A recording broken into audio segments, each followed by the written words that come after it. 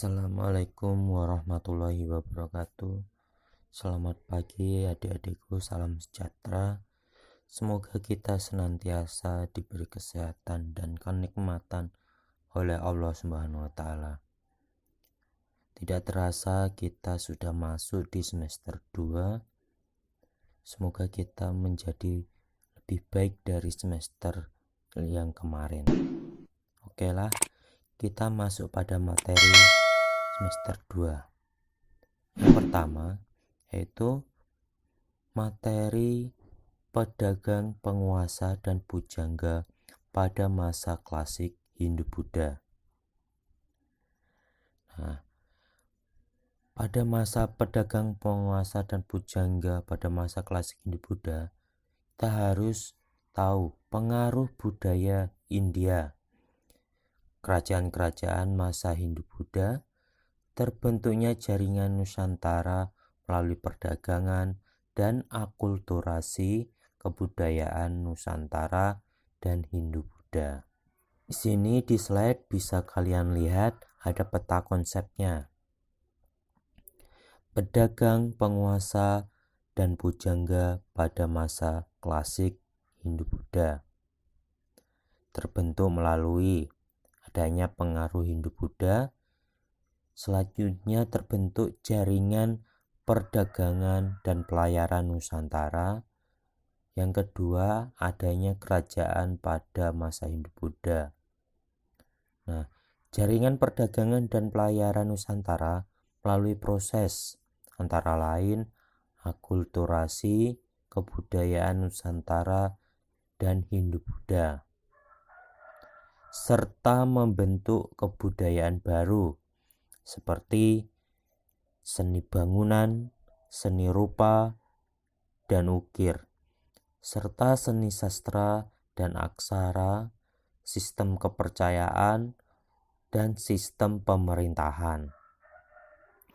Sedangkan pada kerajaan masa Hindu-Buddha, antara lain terbentuklah kerajaan Kutai, kerajaan Tarumanegara, kerajaan Kalingga, kerajaan Sriwijaya, kerajaan Mataram kuno, kerajaan Sekediri, kerajaan Singasari, kerajaan Majapahit, kerajaan Buleleng, kerajaan Tulang Bawang, dan kerajaan Kota Kapur. Nah, antara jaringan perdagangan kerajaan masa Hindu-Buddha ini saling mempengaruhi, saling melengkapi pada masa Hindu-Buddha. Next. Terbentuknya jaringan Nusantara melalui perdagangan. Pada masa klasik, ada dua negara yang menguasai perdagangan, yaitu India dan Tiongkok. Kedua negara itu dapat dikatakan sebagai peradaban awal. India dan Tiongkok sudah lama melakukan hubungan perdagangan. Jalur dagang yang menghubungkan antara India dan Tiongkok itu menggunakan jalur sutra. Dengan adanya jalur tersebut justru memberikan dampak negatif. Karena itu kedua negara tersebut mencari rute baru, yaitu jalur laut. Jalur tersebut melewati Selat Malaka dan menjadikan Selat Malaka menjadi pelabuhan terbesar di Asia Tenggara saat itu. Selanjutnya, ini ada teori masuknya agama Hindu-Buddha. Ada 4 teori.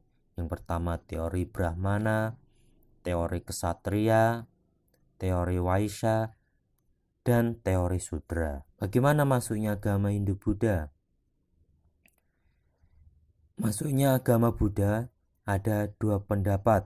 Yang pertama pendapat pedagang dan yang kedua pendapat Dharmadutta.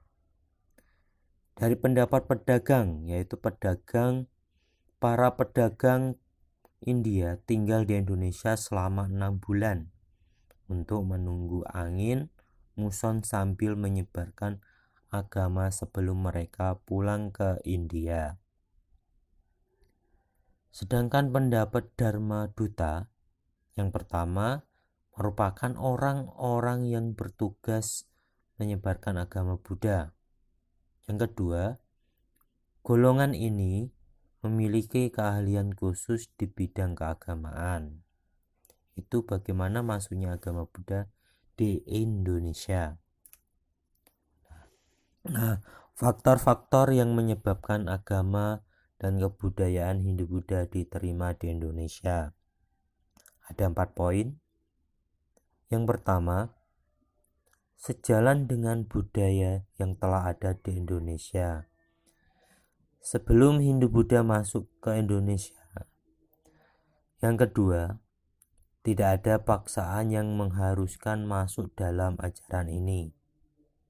Ketiga, memakai strategi dalam menyebarkan seperti melalui kesenian, pendidikan, perdagangan, dan perkawinan.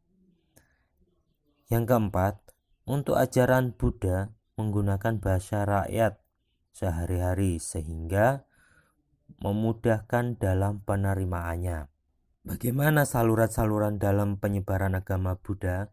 Ini ada beberapa saluran. Yang pertama, saluran perdagangan, saluran pendidikan, saluran tasawuf, saluran perkawinan, serta saluran dari bentuk seni budaya.